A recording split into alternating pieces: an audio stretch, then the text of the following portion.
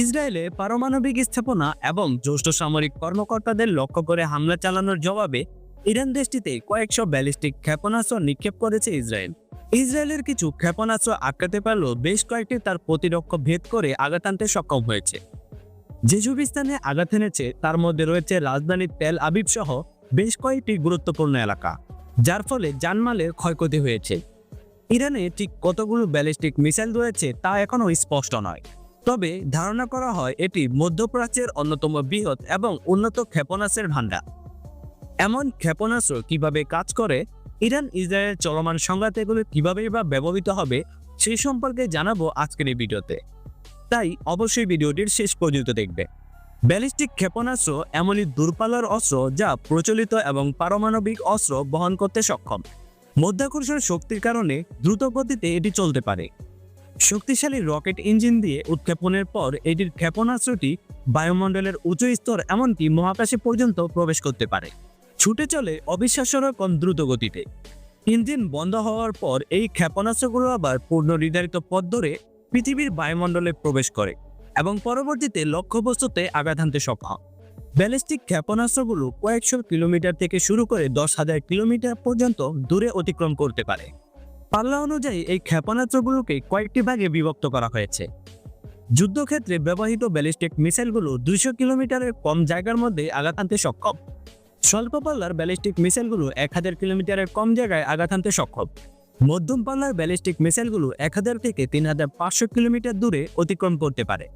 দূরপাল্লার ballistic missile 3500 kilometre থেকে 5500 kilometre দূরে অতিক্রম করতে পারে। আন্তঃমহাদেশীয় ব্যালিস্টিক মিসাইলগুলো 5500 কিলোমিটারেরও বেশি জায়গা অতিক্রম করতে পারে। তাহলে প্রশ্ন, ইরান থেকে ইসরায়েলে ক্ষেপণাস্ত্র পৌঁছাতে কত সময় লাগতে পারে? ইরান এবং ইসরায়েলের দূরত্ব প্রায় 1300 থেকে 1500 কিলোমিটারের মধ্যে। ইরান থেকে যদি মাক 5 গতির ব্যালিস্টিক ক্ষেপণাস্ত্র ছোড়া হয় তাহলে ইসরায়েলে পৌঁছাতে সময় লাগবে 12 মিনিট। তবে প্রকৃত সময় নির্ভর করে ক্ষেপণাস্ত্রের ধরন এবং উৎক্ষেপণের স্থান থেকে। তাহলে প্রশ্ন, ব্যালিস্টিক ক্ষেপণাস্ত্রগুলো কেন আটকানো কঠিন?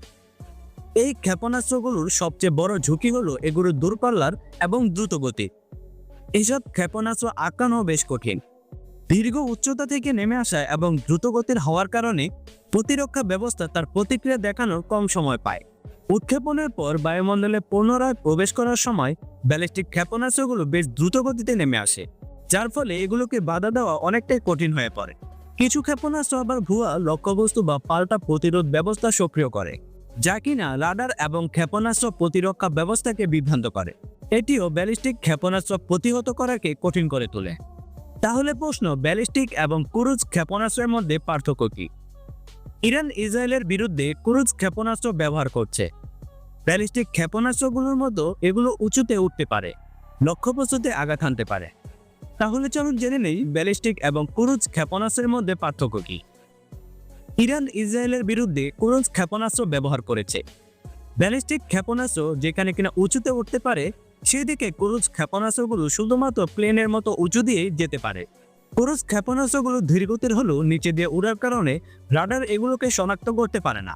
ক্রুজ ক্ষেপণাস্ত্রগুলো ধীরগতির হওয়ার কারণে এগুলো অনেকটা নিচ দিয়ে চলাচল করে, যে কারণে রাডারের এগুলো শনাক্ত করতে অনেকটাই সময় লাগে।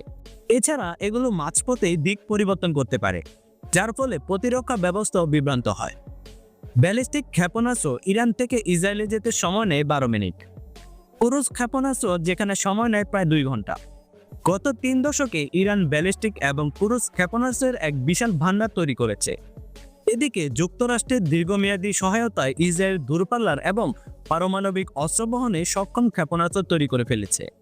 এদিকে যুক্তরাষ্ট্রের দীর্ঘমেয়াদী সহায়তার কারণে ইসরায়েলও দূরপাল্লার এবং পারমাণবিক অস্ত্র বহন সক্ষমতায় ক্ষেপণাস্ত্র তৈরি করেছে। তাহলে প্রশ্ন, ইসরায়েলের আকাশ প্রতিরক্ষা ব্যবস্থা কেমন? ইসরায়েলের আকাশ প্রতিরক্ষা ব্যবস্থার সবচেয়ে পরিচিত অংশ হচ্ছে আয়রন ডোম। এতে এমন একটি রাডার রয়েছে যা ক্ষেপণাস্ত্রের গতি এবং দিক শনাক্ত করতে পারে, যে কারণে এটি মধ্য এবং দীর্ঘ পাল্লার ক্ষেপণাস্ত্র প্রতিহত করতে ব্যবহৃত হয়। 40 থেকে 300 কিলোমিটার বা 25 থেকে 186 মাইল পাল্লার ক্ষেপণাস্ত্র আটকাতে সক্ষম এটি।